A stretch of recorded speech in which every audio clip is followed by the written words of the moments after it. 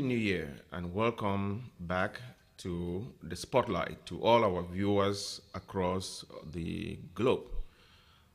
January has been very devastating in our communities with a lot of friends and families going through very tough time, or losing family members and friends. We want to extend our condolences to all our bereaved families. We also want to take this opportunity to welcome the new additions into our families. Kenneth, it's very cold here in Washington, D.C. Treacherous weather conditions, but we are trying to stay safe and warm. So once again, welcome to the Spotlight, live from Washington, D.C. Today, we have with us our permanent consultant, Kenneth Nde. Kenneth, Happy New Year and welcome back. Thank you, Brado. Glad to be back on our favorite Spotlight show. Thank you, and we'll be having Dr. Patrick Ayok joining us live from the UK. Dr. Patrick, welcome. Thank you, Tabanyang, and greetings to all our viewers all over the world. Happy New Year. How is the family? Everybody's doing fine. We're coping. All is okay. We will also be joined by Barrister Array Ubensin, who is running late of Project C to have a proper in-depth discussion on our topic for today. So, the long-awaited hearing of January 15, 2026 of the Nera Ten appeal at the Supreme Court of Cameroon has come and gone. It has now been adjourned to March the 19th, 2026 for judgment. Before the adjournment, the following happened. The rapporteur report was read, in which 6 of the 7 grounds of the appellant's memorandum of appeal was dismissed as inadmissible or unreceivable. This surely rings a familiar discomfort and dissonance with the way things happen in Cameroon. Only one ground of appeal, ground 7 on jurisdiction, was considered admissible, but failing on the merits. The rapporteur then urged the court to dismiss the appellant's appeal on the merits. The devil, they say, is in the details. The details that should stand out to any keen observer who is interested in the need for a fair and just trial must note the following, that about the Supreme Court's hearing. The rapporteur's report was read out, laying out what the court's position on the case was, and then the court asked the parties through their counsel to address the court with their observations. Note, observations and not submissions. The court opinion was already made and written. Then the question arises, what was the essence of the asking for the hearing in the first place? But here the court had its proposed judgment before hearing the full arguments, because neither the Attorney General of Cameroon or the defense for the appellants provided any submissions. They were asked to make observations based on the report that was read by the rapporteur of the court. However, most observers of the case of the Nera Ten and the legal environment in Cameroon honestly never believed that the leaders of the southern Cameroons, Seseku Julius Ayoktabe and his Nera Ten group with other southern Cameroonians from the two English-speaking regions that have been languishing in the jails in Cameroon would be released through any legal instruments in that contraption called CAMEROON, because the law itself is in a 2D and not in the court system.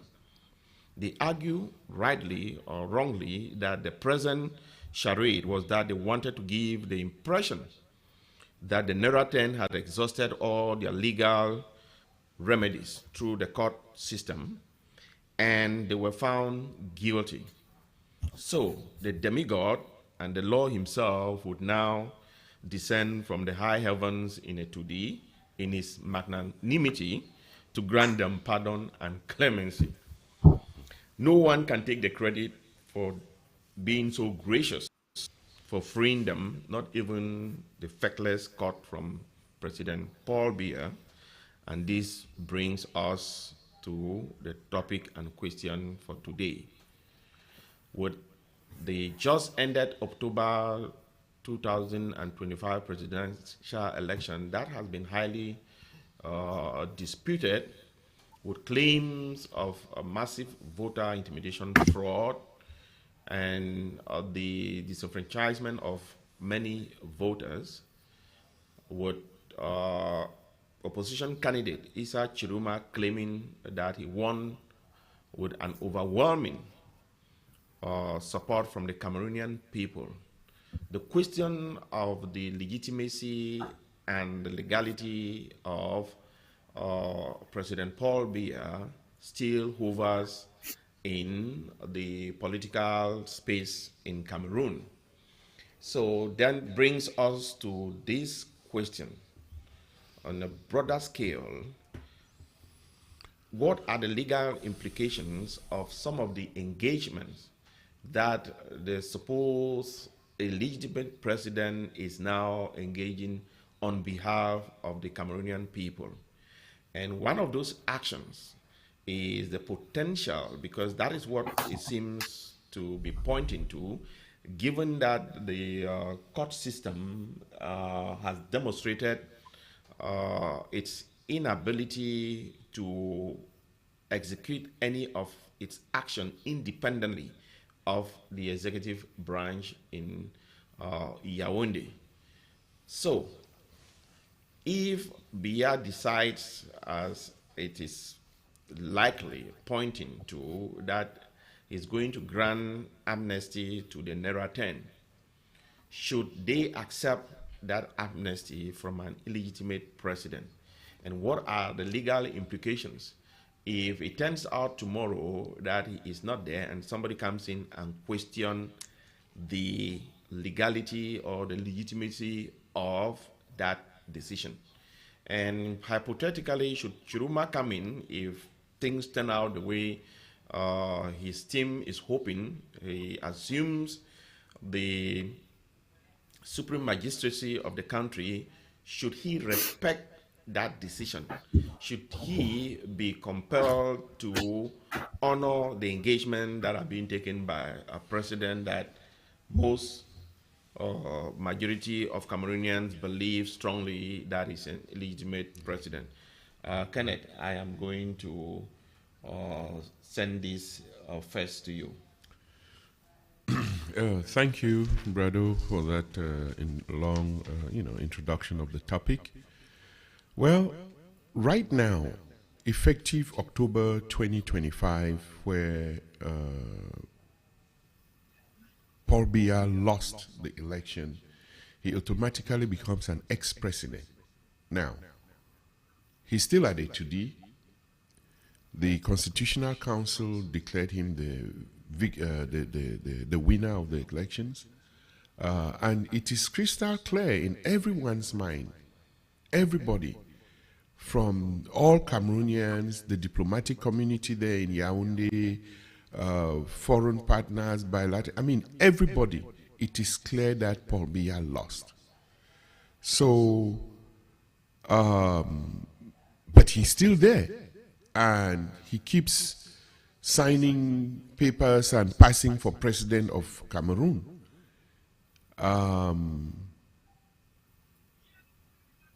If, as in March, the case that was adjourned by the Nera Ten, which is in March coming up, if the court, I don't know, if the court releases them,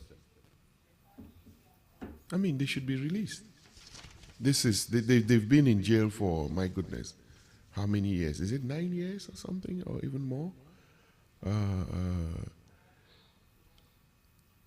Should their case get to the president, the illegitimate president's desk, and he signed something giving them presidential clemency.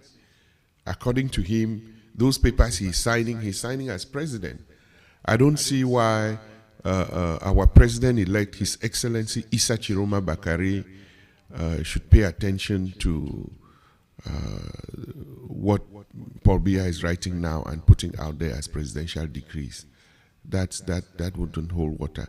But according to the law, I think that the Nera Ten, in fact, there are just too many questions, at least from my perspective, that I question, from them being, parceled out of Nigeria, coming into Cameroon, them going to court or military court. I just don't. I mean, I've never understood how this regime functions, Brado, in terms of getting people from one jurisdiction and taking them to another. Like even in the southern Cameroons, you get somebody from, I don't know, Biya, and physically transport them, manu militari, to a court in East Cameroon, where the law is different there.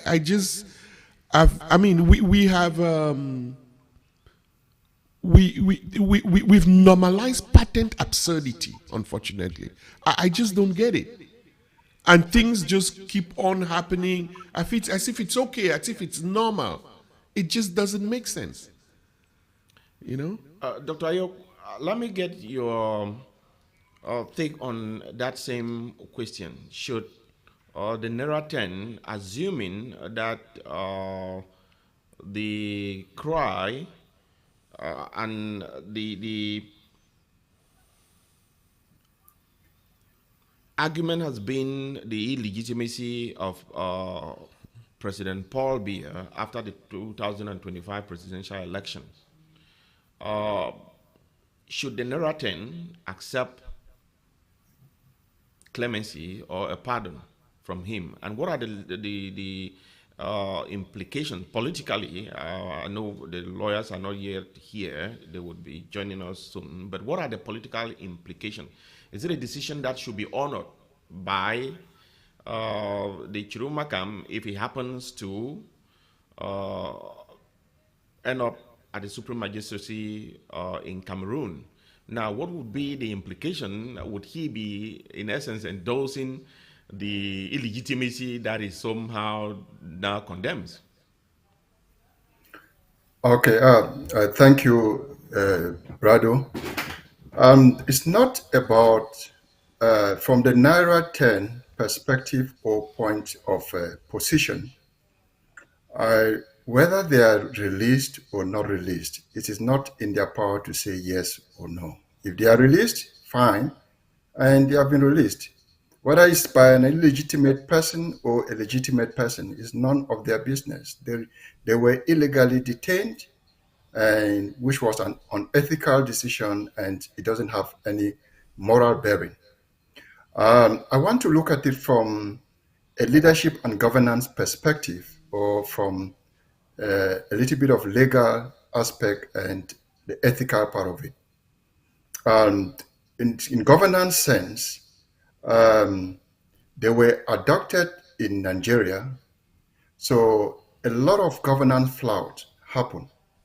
There was extreme abuse of power that was exerted by both the Cameroonian government and the Nigerian government.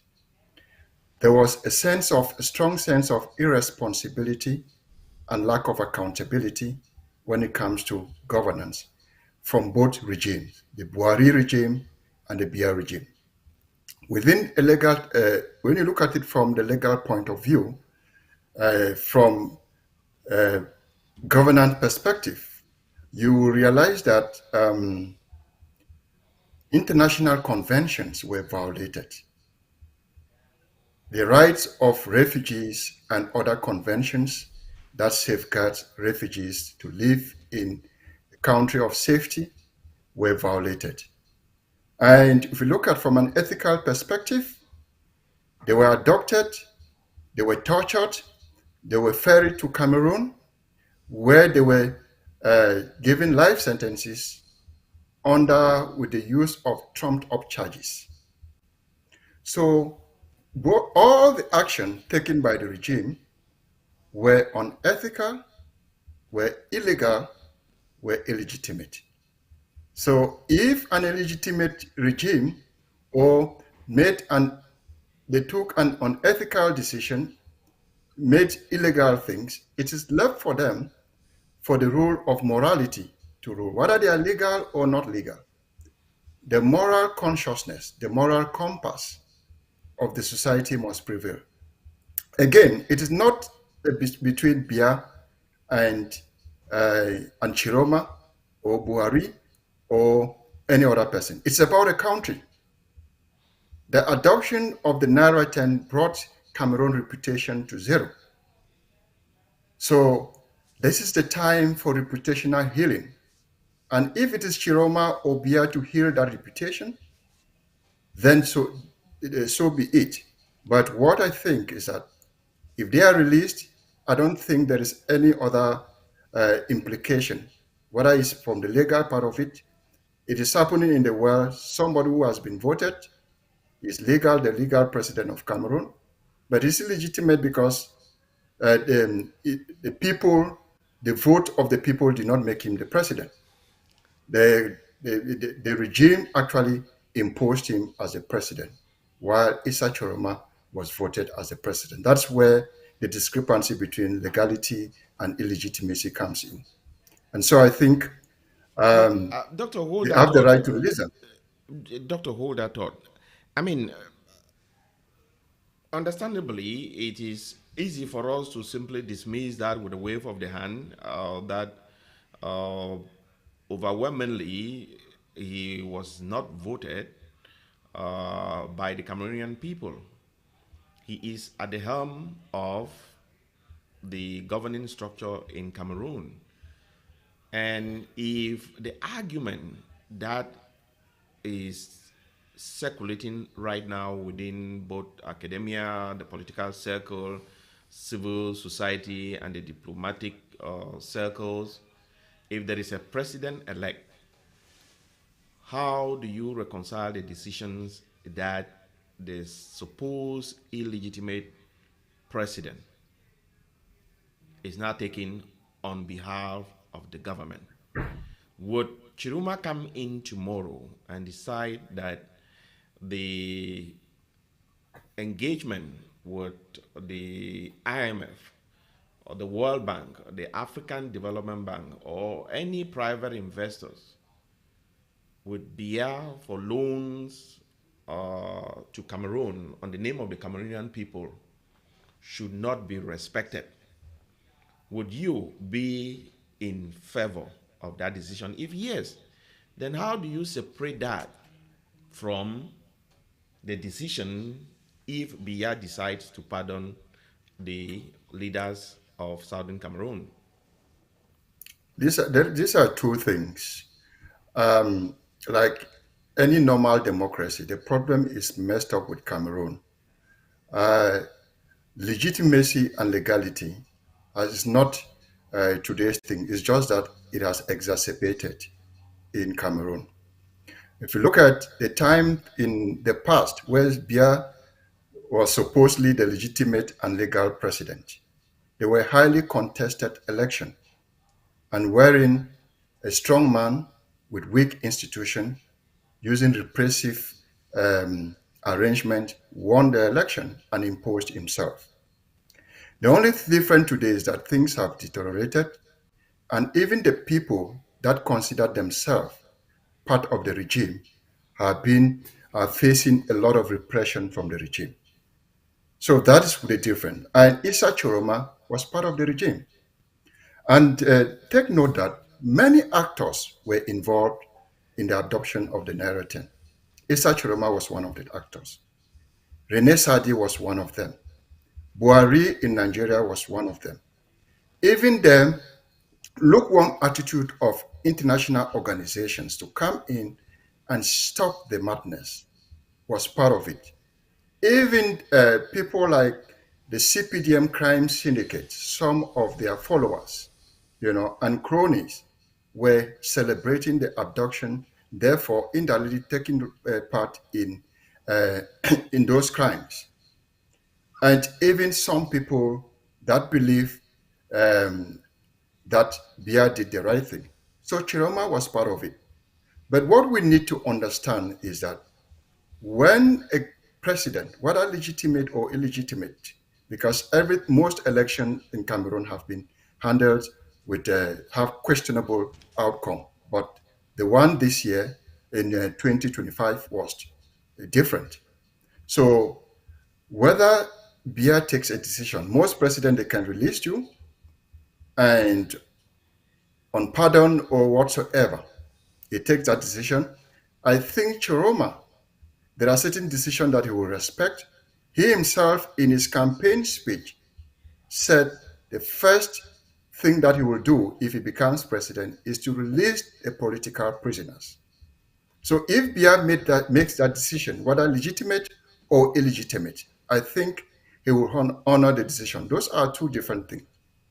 All Other right. agreement like international relations and so on, and having contracts with other countries, it is left for him to see the benefit of those contracts. But when it comes to Nera Ten, that is a different ballgame because he himself has said it several times that it was wrong, it was illegal, it was unhealthy and unethical to abduct people in Nigeria Okay. and impose life imprisonment on them. If he takes Th- over power, he will release them. oh, thank you. Barrister Benson has joined us. Ari, thank you. Happy New Year. I'm sorry, I had another Don't worry, you're a man of so conversation many going on. hats. So Yeah. I am glad you are here. We needed a legal perspective and the broader question about the legitimacy of the actions that are being taken by President Biya on behalf of the people of Cameroon. And one of those actions, potentially, what we are looking at hypothetically, is a potential pardon or clemency to the Nera Ten. For those who have been keen observers of the legal space in Cameroon and the political space in Cameroon, the long-awaited hearing of January 15 has come and gone. It's been uh, adjourned to March the 19th for a decision or judgment by the Supreme Court on their appeal.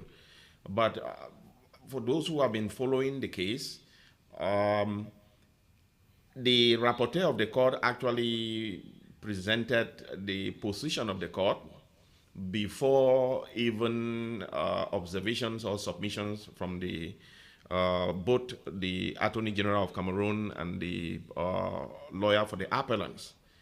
And so the question then was, what was the essence of the hearing if they had already made their position? And six of the grounds for appeal were dismissed. The only one that was accepted, but also dismissed on merits, which the rapporteur asked that the appeal should be completely tossed out.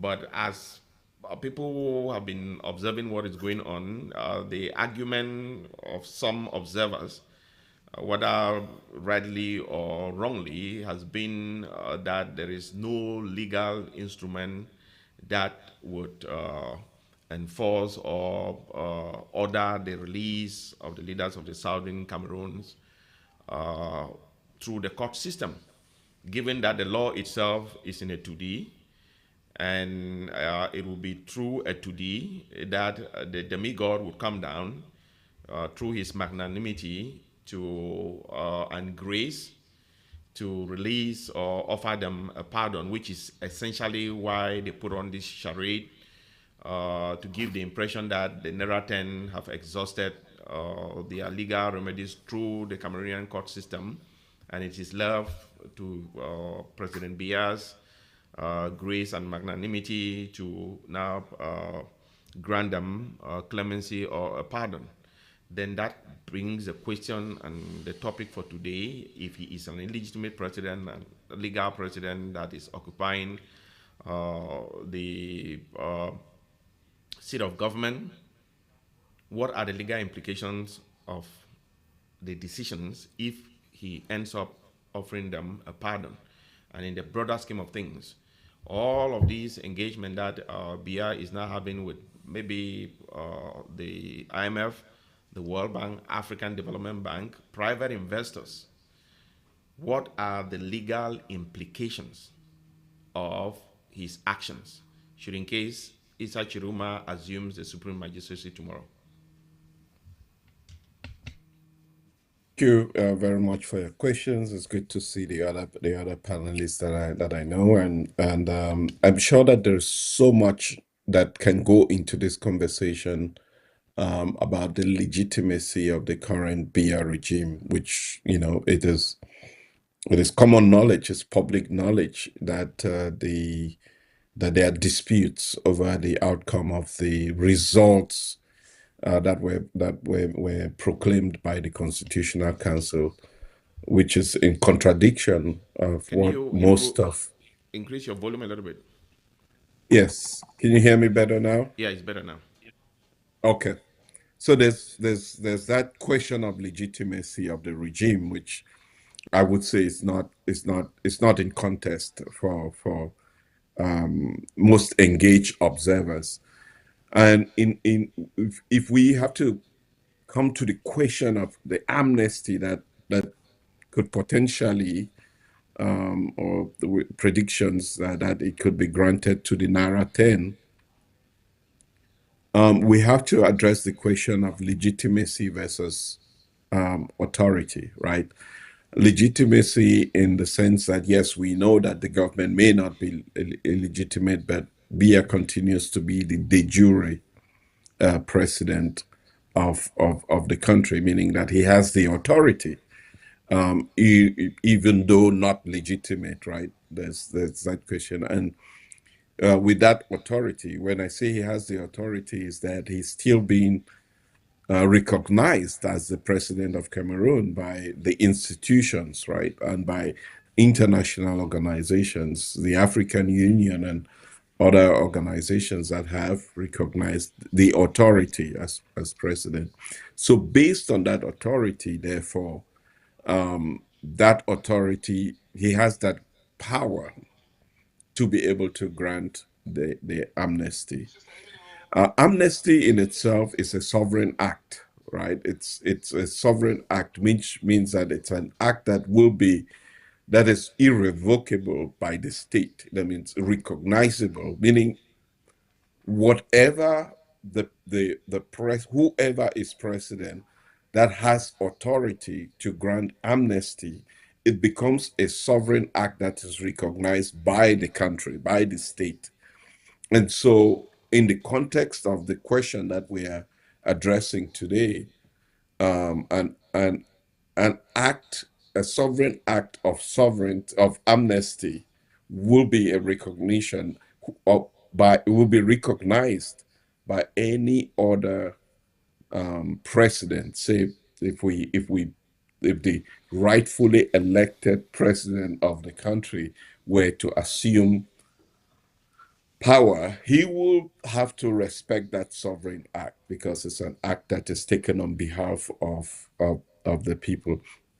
And then, of course, in the context of international law as well, this would, you raise the question about debts that are being engaged by the illegitimate regime. In the context of international law, that is something that will as well be obviously recognized by by other by other governments, right? Because of the principle of state sovereignty and non-interference. So governments would have to eventually, and this really puts us in a situation of a gross contradiction of international law, because the Nera Ten were actually arrested in violation of that international law. But we have to uphold those principles, right? So the principle of international law, where nothing can interfere from outside Cameroon, that says that these people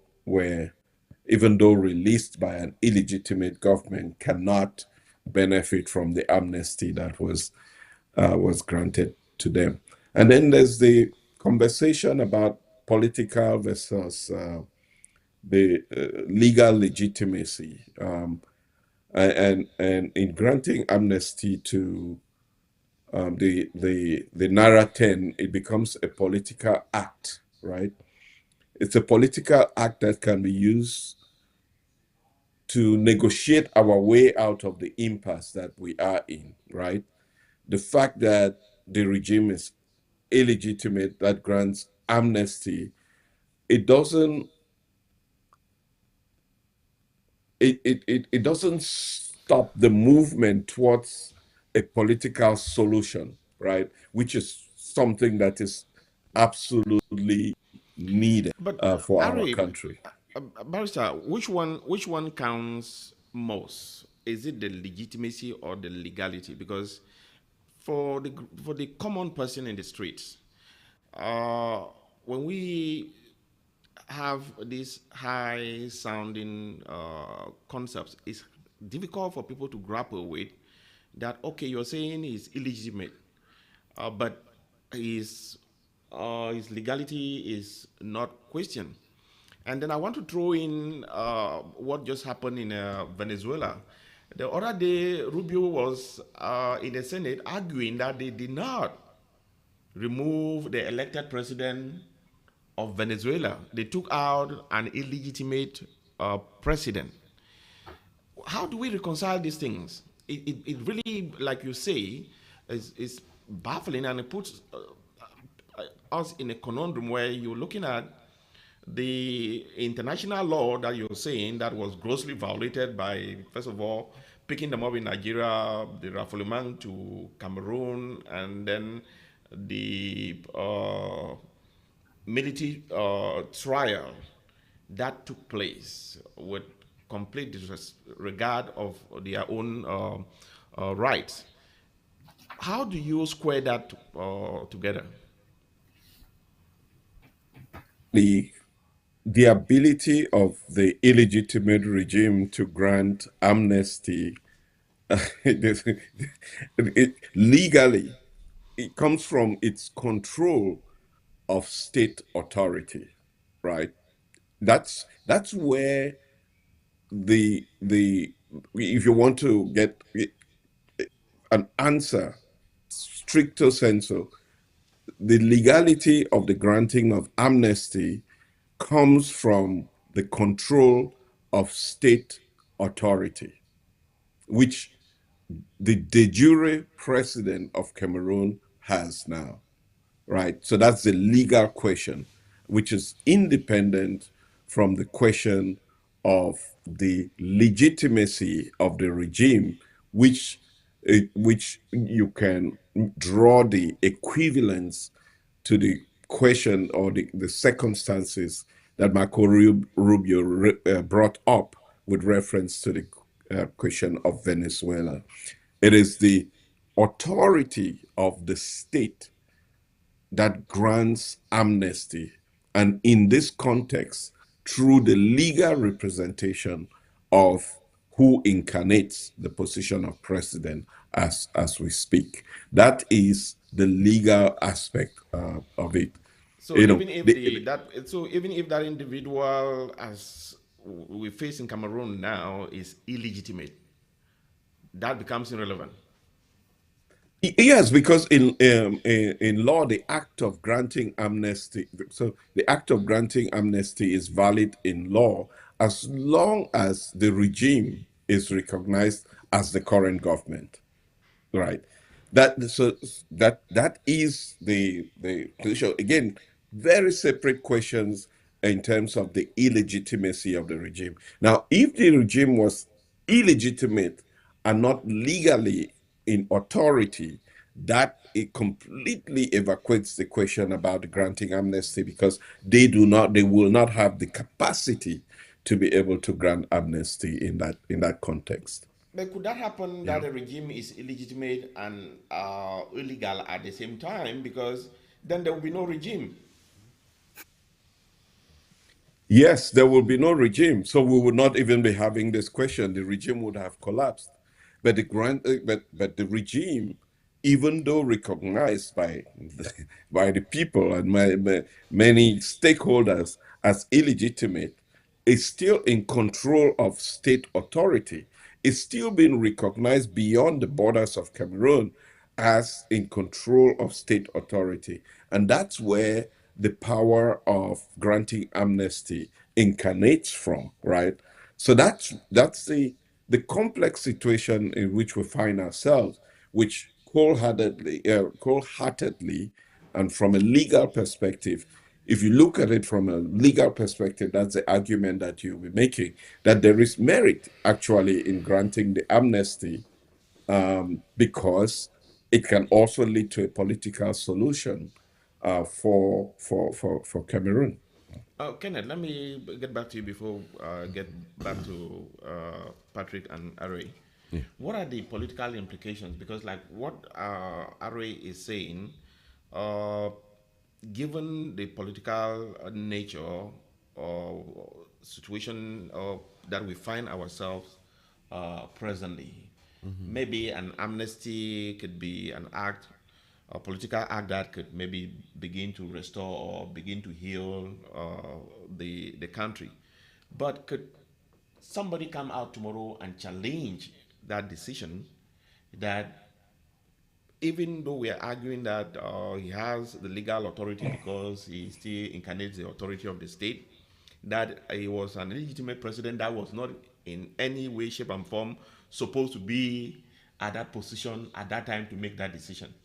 Could there some foolish francophone come in tomorrow and decide that we're going to challenge that pardon or clemency by Biya? Then they are going to have to challenge a lot of other things that the incumbent illegitimate President Paul Biya has done. I think a quick answer to that is that I don't think they will be able to challenge that on lots of grounds. First of all, just the act in itself, as Ari mentioned a few moments ago, the authority, I guess, is vested in the person who incarnates that position. In this case, the de jure president, right? Paul Biya.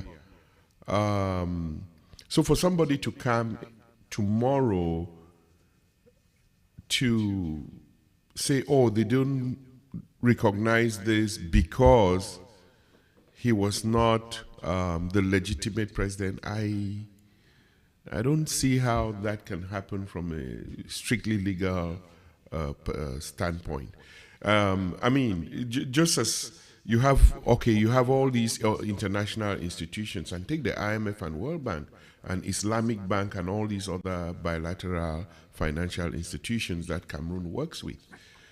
So, like right now, as we speak, Cameroon is about to borrow really, really huge sums of money, not only to service its debt, but to in fact, to engage in very frivolous expenditures, as this illegal regime has done on so many fronts.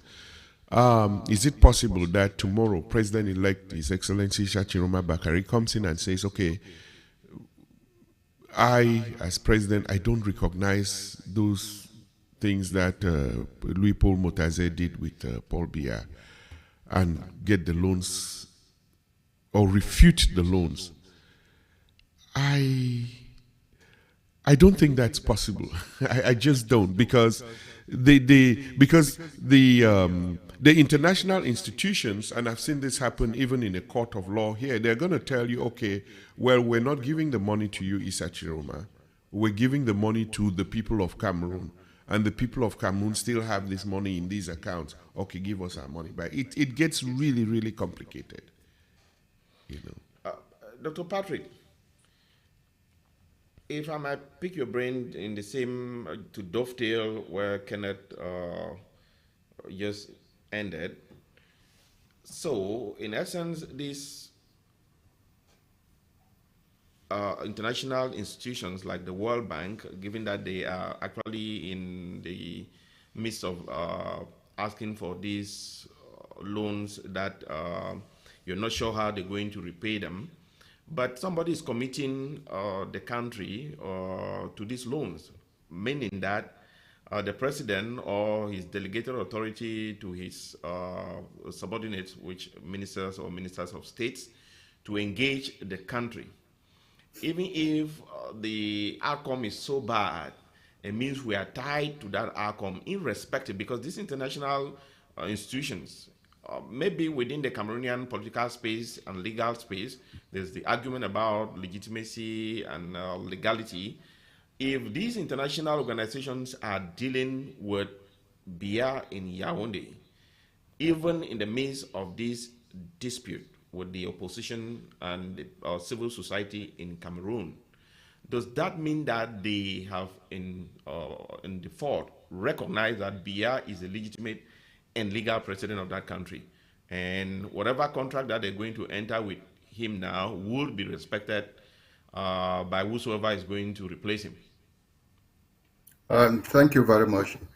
If you look at the situation now in Cameroon, it is not, that is why even to form a new government is difficult for Biya, because it's indirectly acknowledging the legitimacy issue. But when it comes to making international arrangement or contracts or having agreements, that is one thing. And at this level, they are so difficult for the regime to push this arrangement through because of the situation it's finding itself. No government, no organization fully trusts Biya and the regime. They know there might be a leadership change or there might be another ruler, because at the moment we have a ruler in Cameroon rather than a leader. So there might be a leadership change. And when there is a change, yes, there is agreement, but there is tacit knowledge, from tacit knowledge perspective, rather than going into explicit knowledge. When you look at tacit knowledge, you will see that there are arrangements that are made, international arrangements are made or agreements are made. But when there is a new government in place and there is a new regime in place, such arrangement might be renegotiated rather than being discarded. So Issa Chiroma might enter into rearrangement. We are not disagreeing, but the terms and conditions might change and it can enter into rearrangement. So it is not that, because there are certain things we've given to the people of Cameroon and the citizens of Cameroon. Yes, it's just the same when you we look at whether it is legitimate for him, and if he releases the Nera 10, should that be accepted? It's the same thing. It's not about Biya alone. It's about Cameroon. And it's about the new leadership that will come in place. And since it is about Cameroon, and Cameroon's reputation is at its lowest ebb at the moment, and that is why it's difficult for it to push through any international agreement. So it is the people of Cameroon and the regime that will be in place, and because there will be complete overhaul of the government, they will get an opportunity to either completely endorse, accept the mess that they are being given to, or they have been put forward, that has been put forward to them because of Biya, or they are in a position to renegotiate or rearrange things so as to do some kind of damage mitigation or to reduce the impact of whatever damage that has been caused. So I think it is not just a one-sided thing. It's not that something that will happen and that is all of it, and the regime that will come in place will not have any way to negotiate it or to rearrange or to see how they can meet at a win-win position. I think there's always a window for that. Ari, let me get it over to you. Um, Back on the issue of legitimacy and the inability of Bivondo to form a new government, for me, in my honest opinion, I do not think that that is what is holding them from forming a new government. They can as well come in tomorrow. They didn't give any timeline. He said a couple of days. A couple of days, I think it's obvious to any person who has been following the politics in that contraption called Cameroon can be the next 10 years. So I don't really buy into the idea that it's because of the legitimacy issues that they are finding it uh, difficult to form a new government. Because if you are a keen political observer, particularly in the African subcontinent, it's hard for an entrenched regime to make major political changes in the midst of some very challenging times like this. They normally dig in. Would not be surprised that a lot of those ministers will be maintained at their present position, and they would turn around and call it the new government, which again goes deep into what is the change. The Cameroonian people are bound to live within this subjugation for the next 7 years in a government or under a government that overwhelmingly people consider as illegitimate. What is your take on that? Yeah, I would say that in the context of the Cameroon that we know, we almost have to go from the very beginning to of the foundation of our country to realize that almost everything that we have done has only put an accent on this question of illegitimacy, not only of the election of the president, but even the very fundamental of the existence of the state of Cameroon as we know it, or even the question of what is known as the Anglophone crisis is actually originates from our foundational sin of a constitution that was adopted that shouldn't have been amended under any circumstances, and that has eventually led us to the defined unitary form of governance that is, in essence, not one that should have existed in the first place. And when we had the opportunity in 1996, after the tripartite, to elaborate a constitution, not even to elaborate, that constitution was elaborated and adopted in parliament, but what it needed was a referendum to be able to have this new constitution put in place. And even with the new constitution put in place, the constitution was further amended to allow the president to be a lifetime president, essentially. And the term of office changed to 7 years, and several sections of the constitution adopted with half measures and haphazardly. So there's a lot to talk about in terms of illegitimacy of the regime and all of that.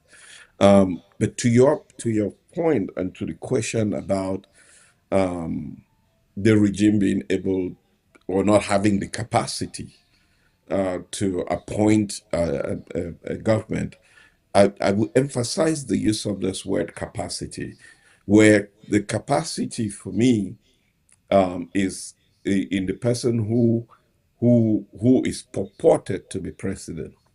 Does he have the capacity? And there is the legal capacity, which we have committed. The legal capacity here is, I'm talking about this from the perspective of the illegitimacy of the regime, which is not what I want to dwell. But there's also the mental capacity. Does he have the capacity to even to make decisions? And I say this not to say he doesn't know what's happening, but to have the mental capacity to lead, to make decisions, and to know that the last time we had a ministerial, the reshufflement of the cabinet was 2019. So think about that. So the last 7 years of the, there has not been any. So what makes us think that there will be one in 2 weeks? I don't think so. I just think that the man at 94 doesn't have the ability or the capacity to conceive what it means to develop a cabinet for a population of 30 million people. That capacity doesn't exist. Then there is the competence, and maybe I should have called it the competence. He's incompetent. But that incompetence doesn't only end with him, the president. The incompetence runs through the entire system where you have people who are in positions, again, who do not have the mental, the capacity or the competence, whether it's at the party, at the National Assembly, the Senate. You can go through various institutions of the country, even as we talk about the finance, and we talk about justice, and we talk about who are the people who are leading those positions, and what is it. I mean, how many years now the higher judicial council has not met, and you have a country. So how do you even get to the point of where we're having these conversations about appointing a government, when just the little things that should engineer the system to getting to that place where you can appoint a cabinet that is representative of the vision that you have for a country. Maybe you have to start first by having that clear vision and then building a cabinet around that. So to the questions of now, let's talk about the legitimacy question. Yes, he can appoint a cabinet because he has the authority to, even though illegitimate, but legally, being the jure president, he has the authority to appoint the cabinet. And the question is, why has he not done so? Even in the context of Nera Ten, we have an opportunity, fellow Cameroonians. This will be the fourth pope that's going to Cameroon, and Cameroon is where it is.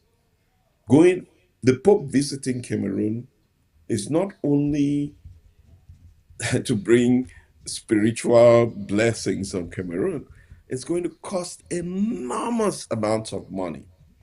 It's going to take a lot of money from things that should improve and enhance the lives of Cameroonians.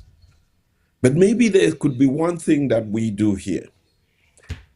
It's ensuring that maybe the Pope's visit becomes the impetus for the liberation of people who have been in illegitimate custody or illegally detained for over 10 years, for nearly 10 years now.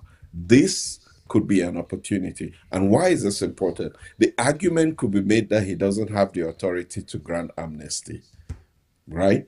But if he does, then why not use the authority and use this opportunity as a way to negotiate for a peaceful transition in Cameroon, and for us to turn over the page and begin to think about how we rebuild the foundations of our country in such a way that justice and prosperity is open to all our people. Thank you. We're going to go on a short break. On the other side, we'll be looking at the upcoming elections, the visit of the Pope, just like what you mentioned. Kenneth, please hold your thought. Lati.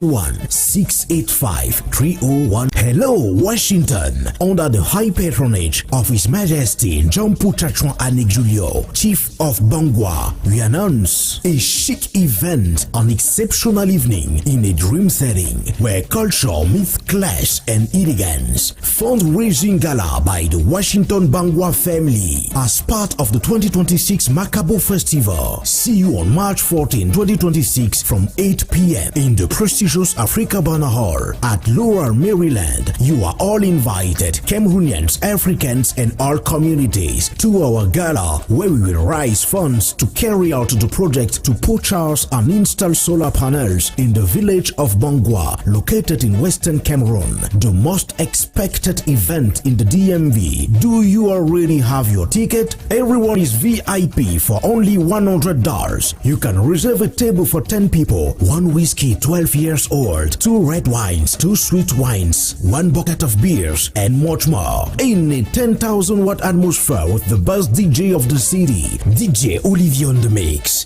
An exceptional traditional dances. You will have an incredible evening live on Media 2 Africa. Contact info 323-530-4668 571-685-3016. Washington Bangwa Family Fundraising Gala. The place to be.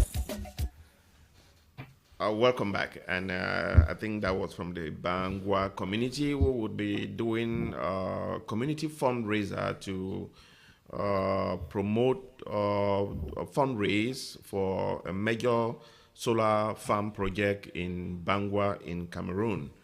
Our technical director here, Mr. Jus Lati, is very active within that community. So come out in your numbers to support them, Kenneth. Yes. I think I would want you to piggyback to what Ari was saying before we went on break. Yeah. This issue of the now illegitimate president, Paul Biya, not being able to form a cabinet. I have a few schools of thought, because you have at least maybe 3 ministers who are in office even before the elections who died, those who resigned, even ministers whom they killed, like the Minister of Mines and Power, whatever they call that thing now. Yeah. And even Ayang Luke, president of the Economic and Social Council, whom Paul Biya hasn't replaced, right? If looked at from a certain perspective, we will all agree that Paul Biya has been a thorn in the flesh of Cameroonians. Today, we have a thorn in the flesh of Paul Biya in the person of Ferdinand Gongo, because Ferdinand Gongo, through Chantal Viguru Biya, is right there in Paul Biya's bedroom. And it's a good thing for Ferdinand Gongo to be in the thorn of, to be in Paul Biya's, a bone in his neck. And that is why he cannot form a government. Because Paul Biya has made Ferdinand Gongo, just like with any other Secretary General, Titu Sedzwa, what have you, Atangana Mebara, and so on, even Marafa Amidu. Ferdinand Gongo is one of the most unpopular Cameroonians today. Well hated, together with Atanganji Paul. These people are of pariah status in the minds of all Cameroonians. So, Paul Biya may want to get rid of Ferdinand Gongo, but Chantal Biya wants Ferdinand Gongo right there. And given his age and, in fact, a little bit of senility, of course, at that age, what can he do? He cannot. Why would Paul Biya? I mean, this man, since 1982, he has never gone on TV to say that, oh, he will form a new government. Paul Biya comes around now and tells us that he's forming a government, and then he doesn't form a government. I mean, what utter nonsense.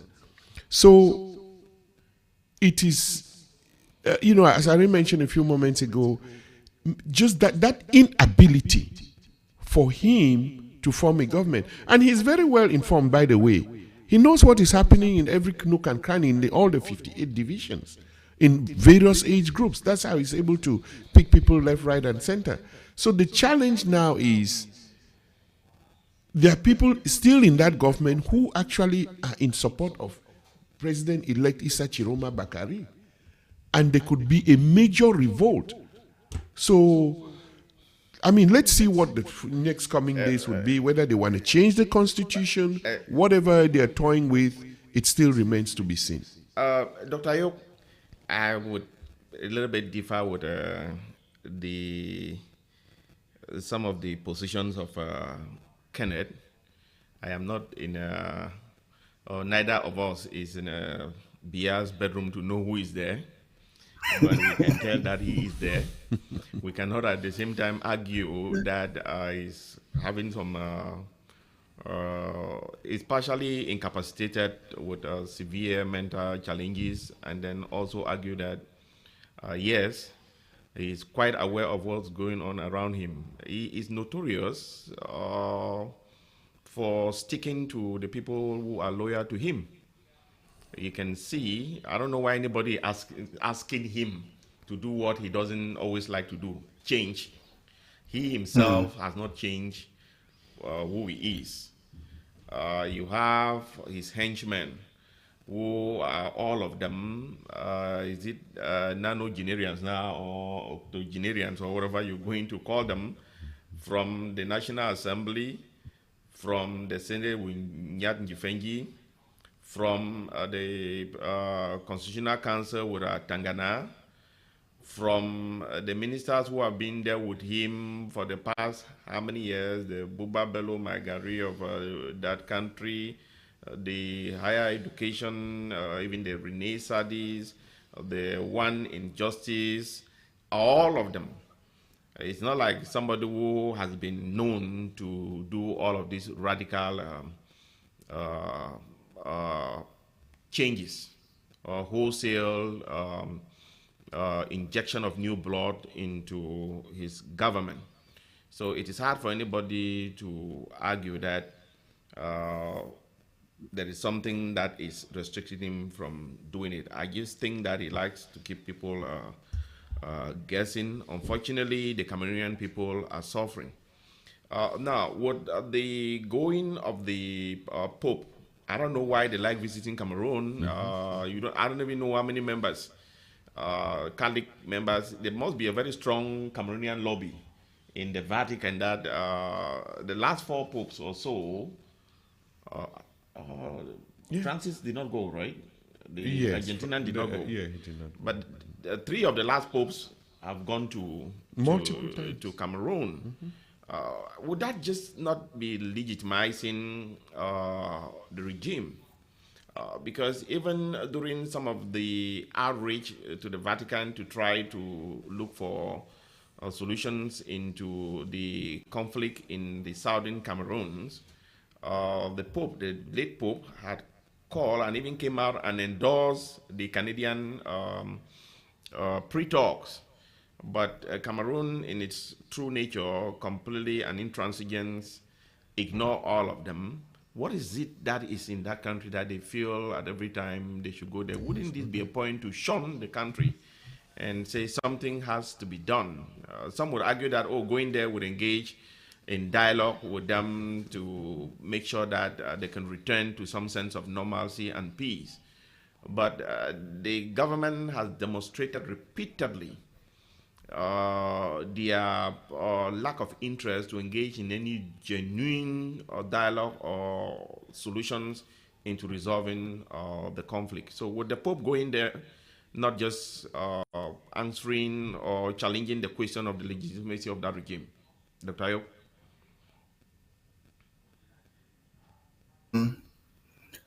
When you look at the church, they will look at it from the angle of the church being a political and a humanitarian institution or an organization. But the Vatican itself is a country on its own, maybe built on humanitarian and principle or values.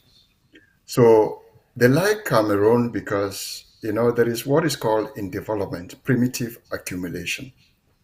And so the primitive accumulation works in society where they've seen the religion, but there's an opportunity to exploit and loot in those kind of society. And Cameroon is a typical example of a country where primitive accumulation works from the government perspective to the citizens that have lived in the country have that kind of mentality of looting, corruption, and so on.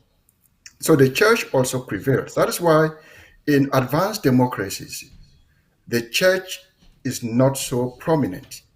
It is prominent in names like Vatican, but if you look at the UK, Germany, Finland, and maybe in America, they recognize the church, but there are certain limits, especially in office space or when making decisions. But with Cameroon, it works. Now look at the benefit. They will say if the popes come to Cameroon, they will foster a certain level of peace and reconciliation and national unity. And that is why you've talked about the abduction of the prisoners, building negotiation or peace with the Southern Cameroons, and the Canada talks and so on. But will the visit materialize? There is a lot of pressure from different institutions on this visit. A lot of dissenting voices are amplifying their position when it comes to not welcoming the Pope in Cameroon. I understand that on the 30th of October 2025, there was a planning or pre-planning meeting for the arrival of the Pope organized by Archbishop Samuel Kleda of Douala. But since then, because of pressure from dissenting voices of the relevance or why the Pope should visit Cameroon when there is political crisis, when there is an illegitimate president there, going there is recognizing that person, and therefore it is a no-no. There is also an angle, anecdotal talks that visit might be recalled or it might not happen, it might be postponed because of the political climate in Cameroon and because of pressure from specific stakeholders. So it is left for us to wait and see whether it will actually work or not. But there's a lot of this is a complex situation, and the Pope going there on a humanitarian or religious or value-based decision makes sense. But the political climate in Cameroon is complex and is very toxic. And going there is to just legalize or legitimate somebody that has been in power and the whole time has been repressing his people, torture, poor governance, and so on and so forth. It's the cost of the poverty and suffering that the people of Cameroon, let alone the Southern Cameroons, are going through. Barrister, the President-elect and the opposition have indicated that they will not be participating in the upcoming elections because doing so would simply be legitimizing or endorsing of the regime in Yaoundé. Are they not just falling into the same trap that the MROC fell into, that Chiruma himself had argued strongly that without you being part of the electoral process, these were the consequences that would or you would face in future election cycles. Is this situation not really a mirror image of what happened to Kamto? Why is Chiruma deciding not to go into the elections? For those of us who have been keen observers, it is obvious why he's not is saying that he will not allow his party to take part in the elections because nothing has really changed. In essence, legitimizing the process. So, but not going in at the same time too does not in any way, shape, and form undermine the authority of the CPDM and its leadership team in Yaoundé from lording it over the people of Cameroon? What is really going to change? And then I think if you can give me your take on the Pope going there, like you referenced before we went uh, out on a short break, would that also not just go into legitimizing the Pope, knowing very well the Pope is not living in some far stretch island somewhere and is not conversant with what is going on in Cameroon, given that the Catholic denomination there in that country or the entire institution. Some people say the church is apolitical, but the church itself is a political institution, heavily involved in the some of the chicanery that we are seeing in that country. How do we square all of this together? Yeah, let me start by saying that every political institution, and maybe institution, with every act that they perform, seek legitimacy. So even if you had a legitimate government, even legitimate governments do seek or continue to seek legitimacy. That's why after an election, there is an oath of office. Those are all symbols of legitimacy. The fact that, even in perception of the position of president, where the president is technically the president is an ordinary person. It's like you and I.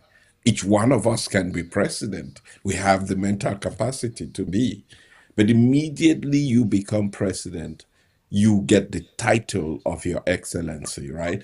Those are all, I mean, you're elected to the National Assembly, you get the title of honorable. Those are all aspects of legitimacy. And so too in the context of especially a government that is widely known as illegitimate, that is, its legitimacy is questioned.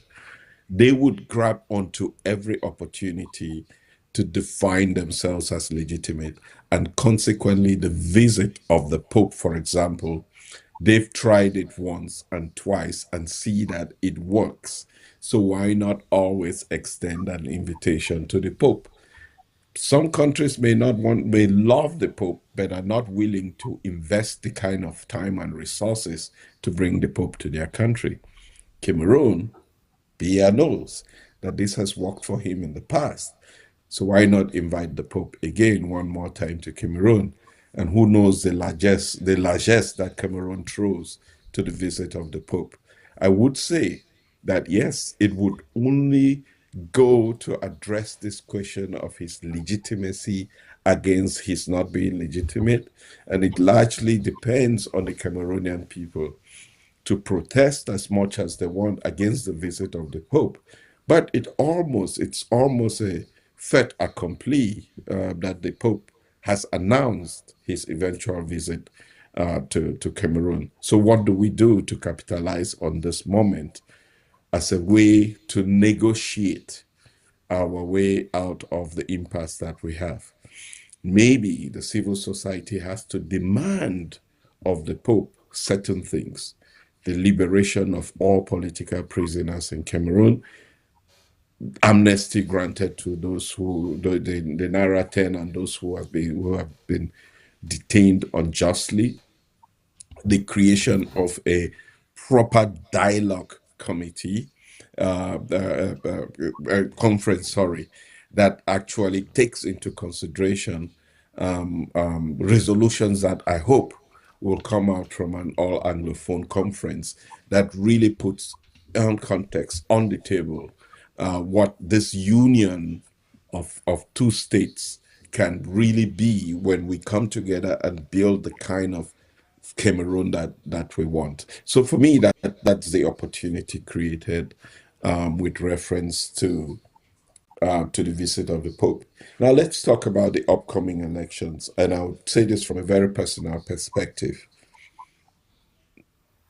nobody, and I can't speak on behalf of Chiroma or Kamto or Frundi, I don't want to look backwards. I want us as Cameroonians to look forward.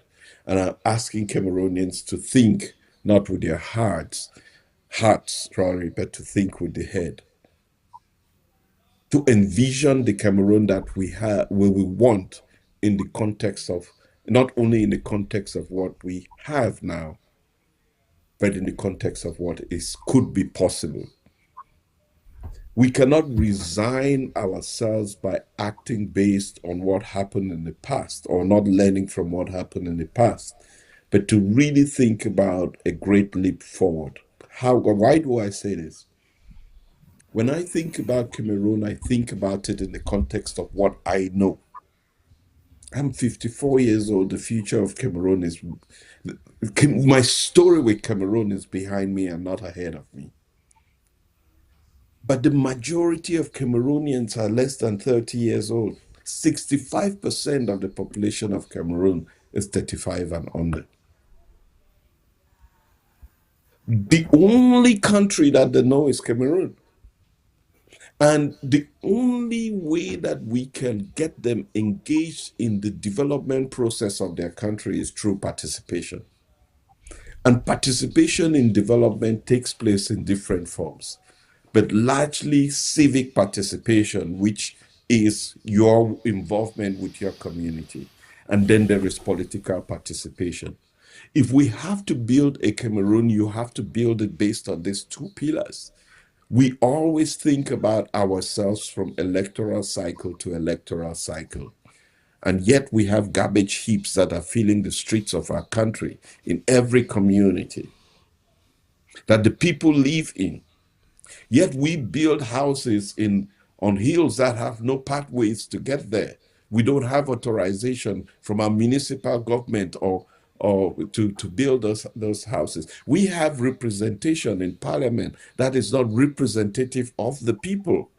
You can say for the last 7 years, especially in the English-speaking part of the country, we've had a government without representation because the people who sit in parliament to speak on behalf of our people are not elected by the people because the people massively boycotted the electoral process.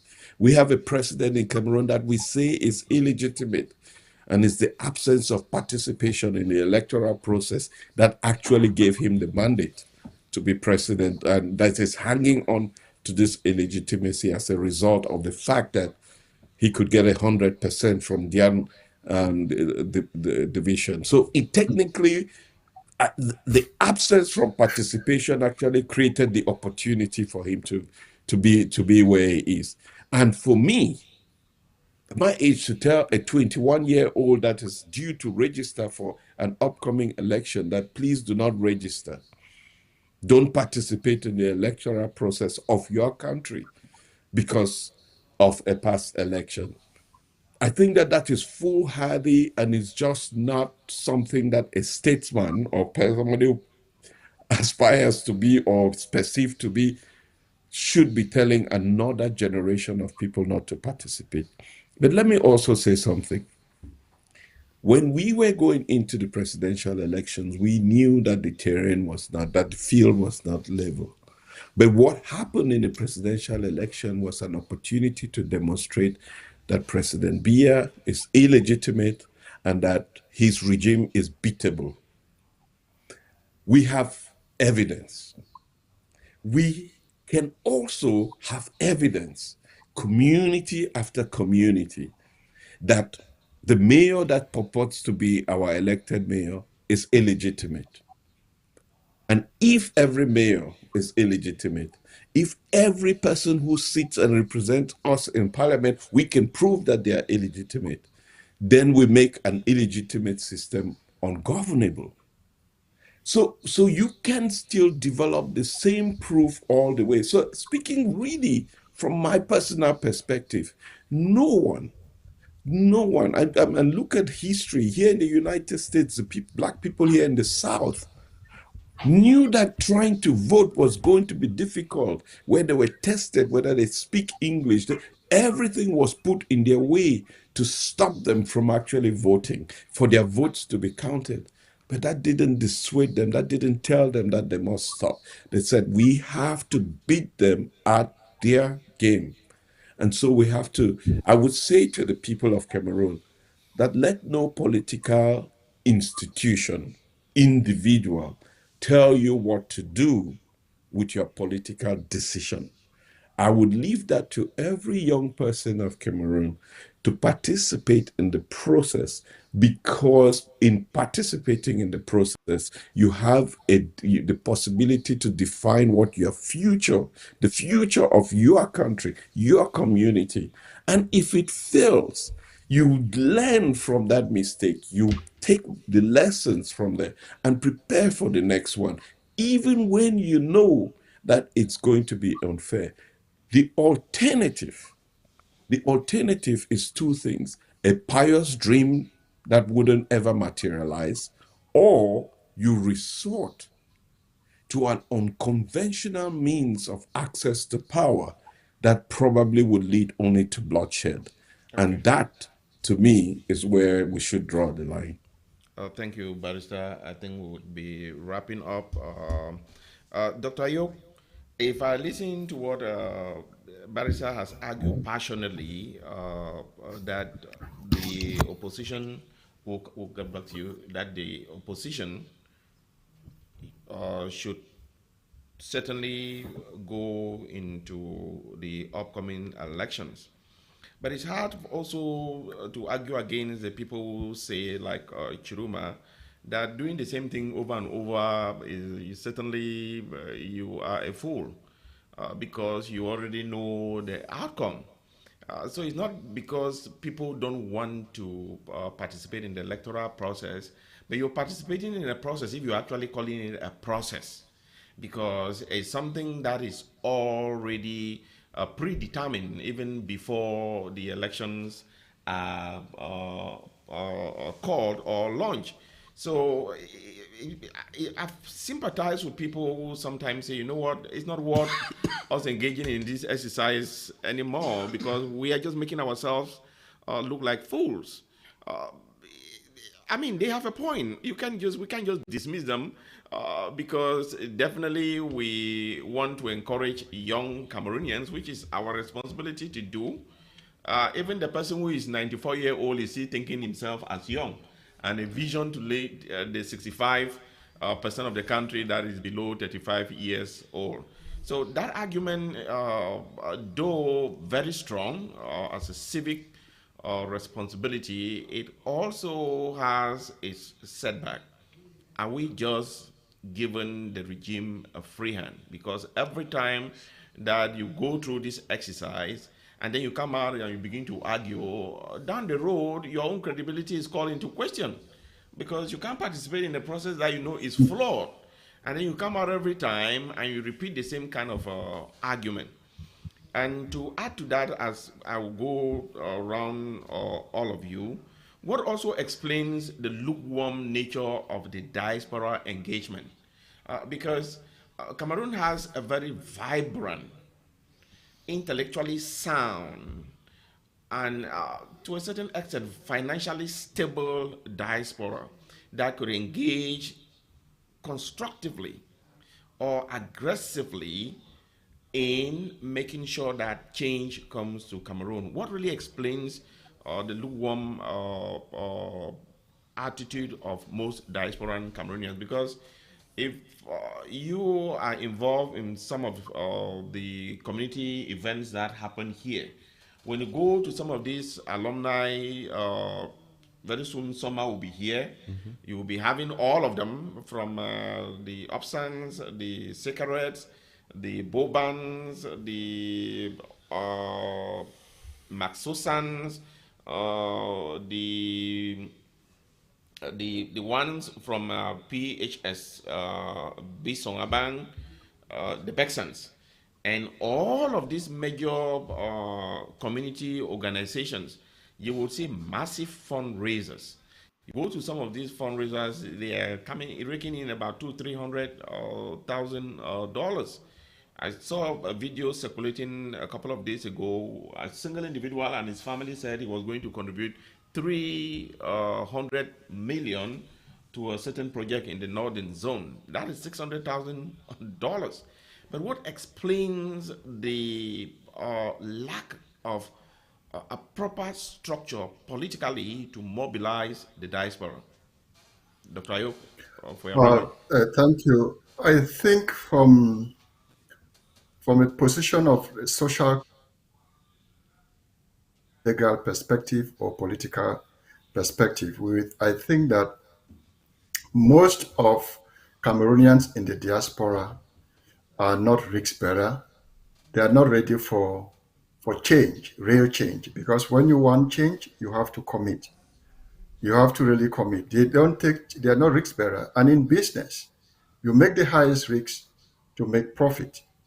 All risk bearers in business are successful business persons. They make supernormal profits. That's one thing. The second thing is that the regime invested a lot in the diaspora. They have been there and they have a lot of their networks. So a lot of these people in the diaspora, they are just part of the regime. And even if they are not part of the regime, part of their family member or one of their family members is part of that. They are not ready to let it go. But let's look at what can really happen. I seem to disagree a little bit with the barrister. I disagree a little bit in the sense that you go for election, Issa Chiroma should go for election. We said, we've talked about this before the election, the presidential election. We said, I think I personally emphasized on those things that Cameroon needs an overhaul. The system has to be revamped. It needs a radical change in institutions, serious restructuring before getting into any meaningful election wherein due processes are followed, because there will be mechanism in place to make sure things happen. But people that belong to the Isha Churema Kam and other politicians thought that there is a system in place that will validate votes and therefore ensure that there will be transparency. What happened in the days of New John Frundi and the days of Campo actually happened with Issa Chorema. And therefore, going back to say, go back for election, there is also a means for you to get evidence that you won in the municipal election. Then you can stand on that evidence. And so what about with it? What do you do with that evidence? Cameroonians need to create an opportunity to defend their vote. They need to come out robustly. And as you said, Brado, that is a big issue. They are lukewarm because they are not ready to risk. And the second thing is that the government has its networks. They work day and night, and they penetrate, they frustrate people, they discourage, and they diminish whatever power or whatever a form of teamwork that you're trying to do, initiative that you're trying to do to fight back or to free Cameroonians. But people need to be resolute. They must be committed. There must be a certain level of sacrifice. It doesn't need the whole of Cameroon or the whole of diaspora to be involved. They need a critical mass. And getting this critical mass might be difficult, but I think it will come to pass one day. Thank you. Kenneth, your final thoughts.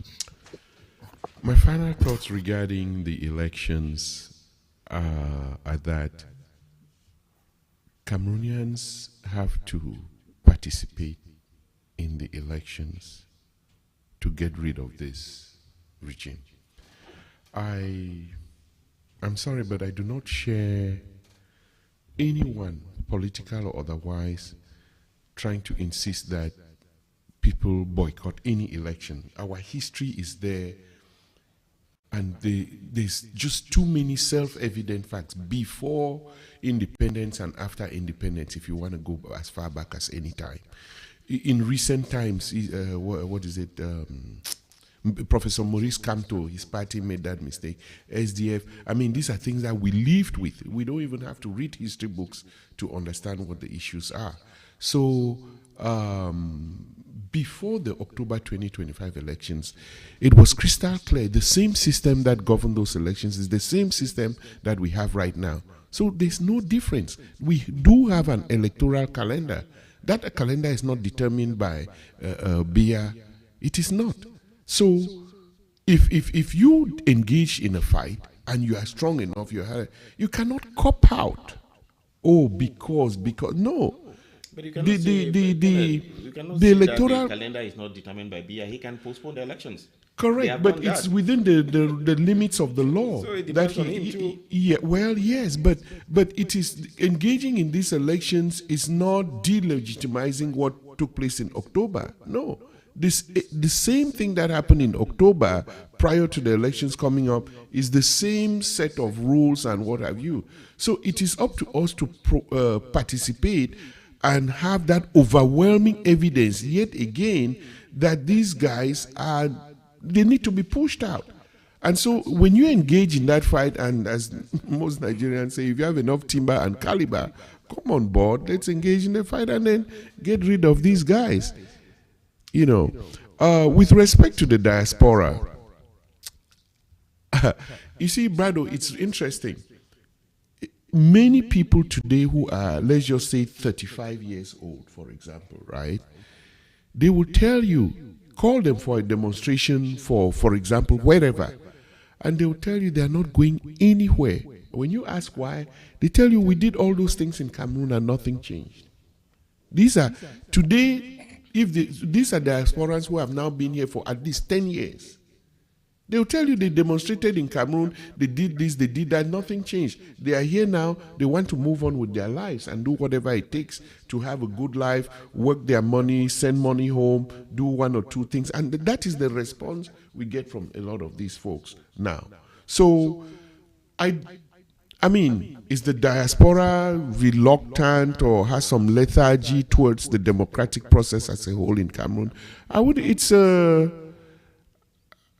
People are fatigued, yes, but it doesn't necessarily translate to the fact that diasporans don't want to participate. No, they want to participate.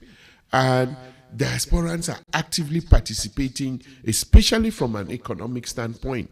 You know, we just have to keep tapping into the talent of the diaspora and the economic power of the diaspora to get rid of this Paul Biya illegitimate regime.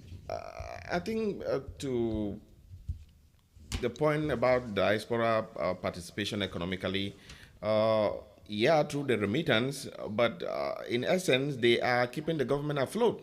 Because without the foreign exchange from the diaspora, that government would be on its knees.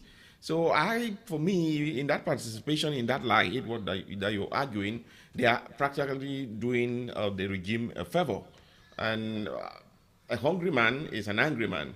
But if you go to Cameroon, because there's a lot of sustenance coming from the diaspora, a lot of people really don't feel that desperation that we see in other countries.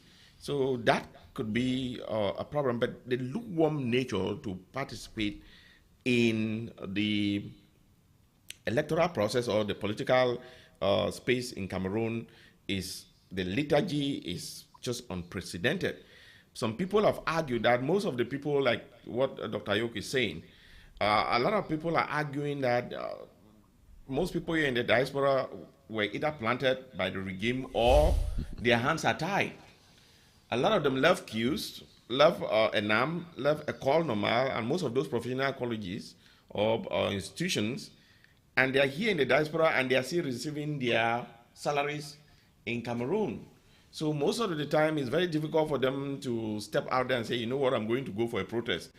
Definitely, they're going to see that you are not in Cameroon, but your salary is still going through, could be problematic. So, but that could be part of the problem. But it would be remiss for us to argue that there should be no reason whatsoever to get the Cameroonian opposition together. I would have thought that your argument with the barrister would have been, if we are going to boycott the elections, get the entire opposition together to boycott the elections, which you could argue that it is practically impossible. So a single opposition party deciding not to get into the electoral process would be to their own detriment because you have government planted opposition parties that are going to participate. But it's hard to argue to anyone who is logical and rational enough to look at that system and continue to encourage people that no, let's go ahead and participate in these elections and gather the evidence that it was marred by intimidation, fraud, corruption, and all the vices that may happen during an electoral process. And then what? We wait for another electoral cycle and then participate and then come back with the same argument, because if you are going to participate, there should be no argument moving forward, because the things that you're going to say, you knew them beforehand. There is nothing that happened during this election cycle in October that you sitting here did not know that was going to happen. You knew. And so it's hard to say, okay, let's forget about the past, even though some may argue that no, the past should be like a rearview mirror. Look at it and then maybe trying to anticipate what is going to happen in the future. Even if Kamto had gone or participated in the previous elections and was part of this election circle, they would still not have won because of the system that is in place. So the argument that, okay, if Chiruma is going to do that, is just basically going to do what Kamto did, and the consequences could be grave in future elections, then you are assuming that, oh, in the future, there is a possibility that Chiruma is going to win, then you are also completely dismissing your own argument that that country history is replete with what happens in every election cycle. Ari, your final thoughts, please. Saying, I'm not in any position to advise Chiroma on what to do. Neither am I in any position to advise any political party on what to do. However, this is not about a political party. An electoral process is about the people of Cameroon. And none of us should be in the position of telling people not to exercise a right that is legally and rightfully and universally theirs. Because it's that right that they exercise. And they choose to wield that right depending on what they feel at the moment. I believe the problem with Cameroon is that we are looking at the symptoms of the disease as opposed to the root cause of the disease. And the symptom of the disease is looking at the state of decay and corruption and of the regime, as opposed to the root cause, which is the absence of a viable vision, an alternative vision for our country that can inspire people, that can boil the hearts of men, inspire them to participate in the process and hold everybody in the process accountable. That our debate is about whether to participate in elections or not, as opposed to what is the kind of Cameroon that we want. And that too often we dismiss the context of Cameroon as, oh, that Biya regime would never do anything good. And yet we have 4 million of us in the diaspora that can come up with an alternative vision for how we can transform the energy sector in Cameroon, which would inspire people to participate in that vision for Cameroon. So let me say this to anybody who's thinking about boycotting or not, because when you boycott, you must have an alternative. And if you can present a strong and powerful alternative that will mobilize the people to boycott, present that alternative. Don't say people should boycott. And I say to those who want people to participate in the electoral process that if you present a strong and powerful alternative, then you will mobilize people in ways that you cannot imagine at the grassroots levels. And maybe you win by taking an inch of territory after inch of territory, one commune,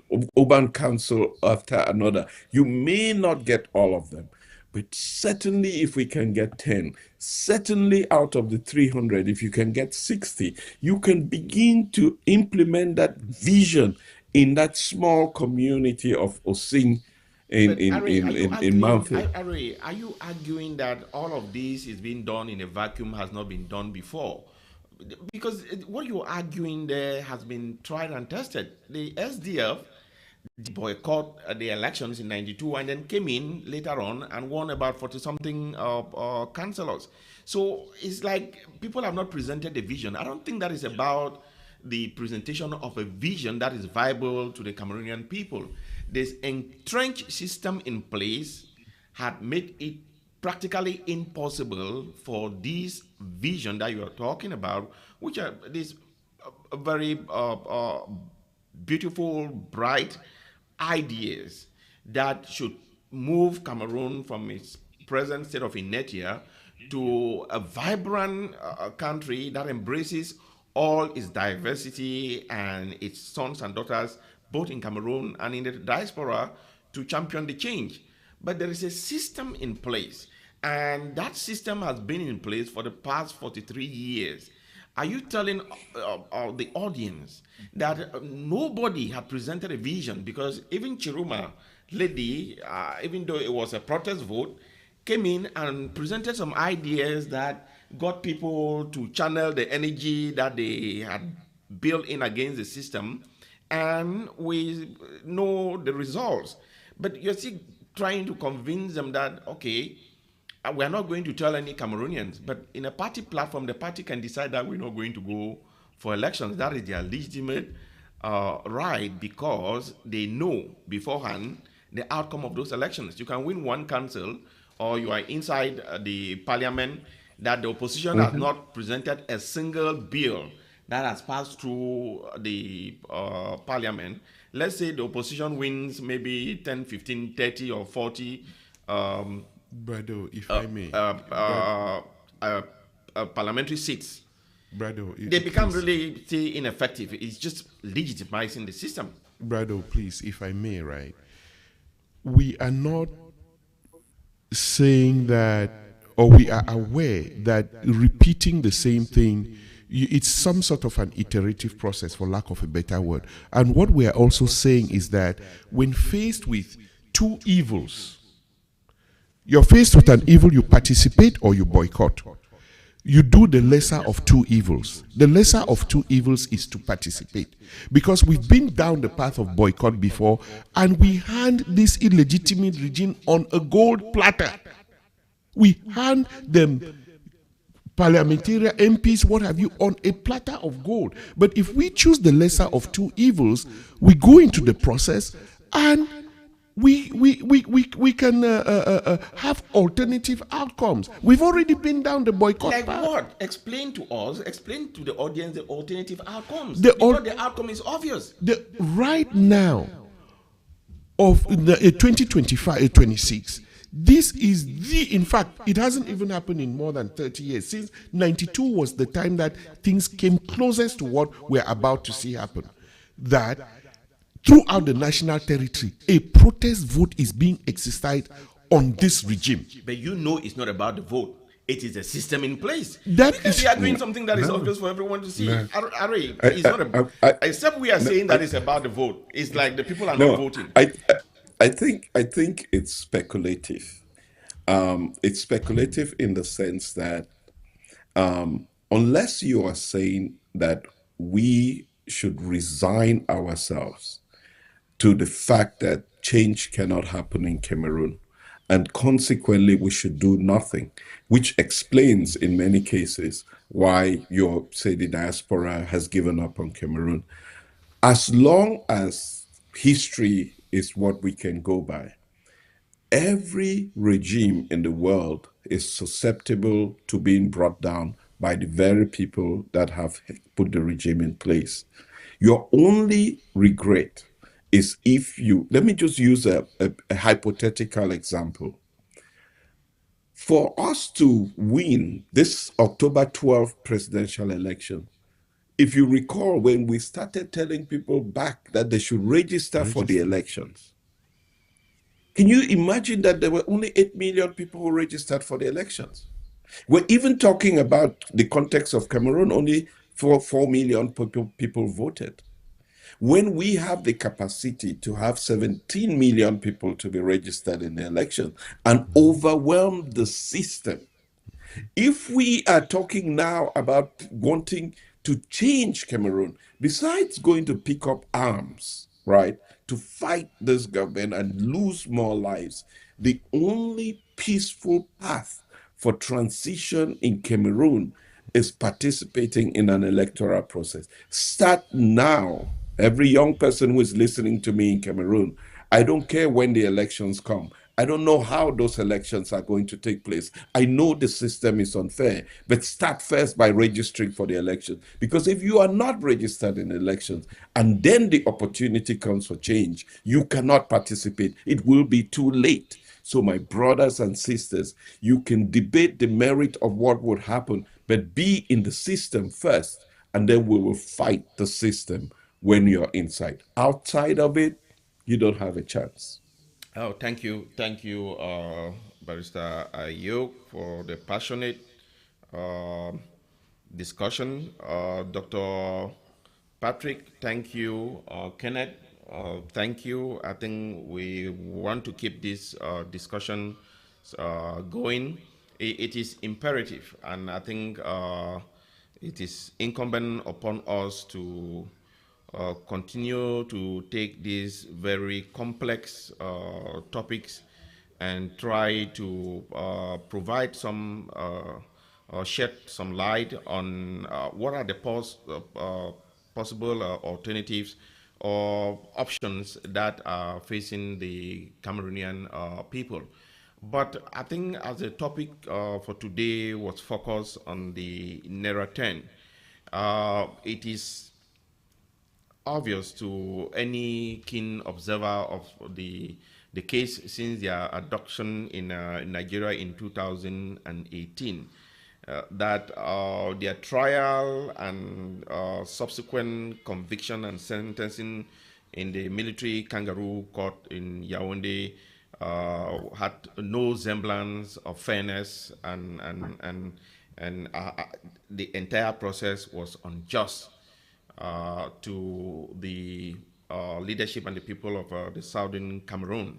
So it is rests in the hands of the uh, president of Cameroon that it is time for the healing of that country to begin with the immediate and unconditional release of the leadership of the people of southern Cameroon and the thousands of people who have been languishing in the dungeons in Yaoundé, Douala, Bamenda, Biya, and other localities in Cameroon, so that there is a chance for a genuine and inclusive dialogue to get to the root cause of the problem. We cannot continue to pretend that the problem doesn't exist or the armed struggle in the rural communities is subsiding. We cannot continue to hold somebody like Pam Fongala, who is 80 years old, with challenging health conditions in deplorable and dehumanizing prison conditions like what we find in Kundengi. While we have people who have done or challenged the same system, like Barrister Nkom at 80, the only reason that she had not been thrown in jail is because of her age and her global clout. If not, at 80, she also has challenged the sovereignty or the indivisibility of Cameroon, and even question the legality and the legitimacy of the President Paul Biya, which is a taboo for people in Cameroon not to do. But you're surprised why she's still working freely. This is not saying that she should be arrested. I am saying that in the context of them holding somebody like Pam Fongalamfo, who is 80 and counting, in dehumanizing and reprehensible conditions in Kundengi. So the world is watching. We have watched what has happened in Venezuela. We are hopeful that that has sent a very strong message to rogue regimes like the one in Yaoundé to think and think carefully for the future of that country, particularly the people of the two English-speaking regions, the people of Southern Cameroon, that the moment is now for peace to try to return to this region. There is the need unconditionally to release the leadership of the people of Southern Cameroon and the thousands of people that have been arrested in the course of this conflict. So once again, Happy New Year to all of you. For those of you who are here in the U.S. That has been inundated by the Arctic blasts and cold and freezing temperatures, please stay warm. For the audience that is scattered across the globe, we want to say Happy New Year, and hopefully your New Year wishes would be realized. Don't start so strong at the end of January and you give up on those wishes. Ari, thank you. Patrick, thank you. And Kenneth, thank you. Right. Thank you. Thank you. Thank you.